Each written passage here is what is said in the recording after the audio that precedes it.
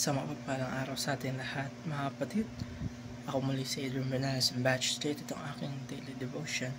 At ngayong araw, pag-uusapan natin ay kung anong biblical na kahulugan ng worship service of proskuneo.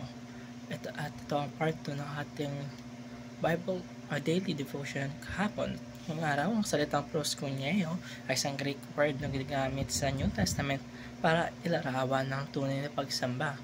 Ang ibig sabihin nito ay to show respect, or literally prostrate or fall down.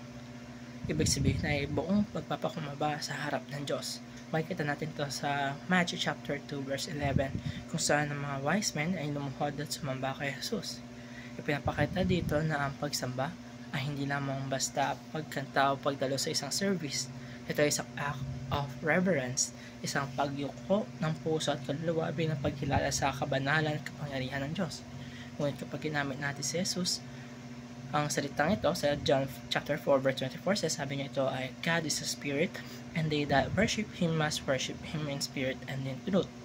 Dito binibigyan linaw na ang tunay na pagsamba ay hindi limitado sa lugar o oras, kundi dapat nanggagaling sa pusong tapat at pusong puno ng katotohanan.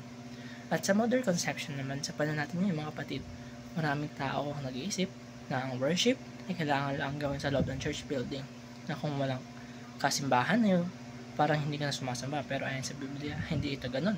Ang simbahan ay hindi lang isang gusali, tayo mismo mga manampalatayang church nga, pagkat ang banal na espiritual na nanahan sa atin.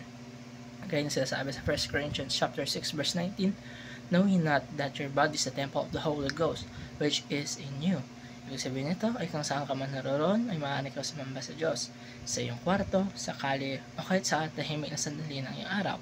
Ang mahalaga ay ang puso natin ay sincere, pure at tunay na nakatuon sa Kanya. At para sa ating teaching ay meron tayong vision at mission ni Kristo ay malinaw.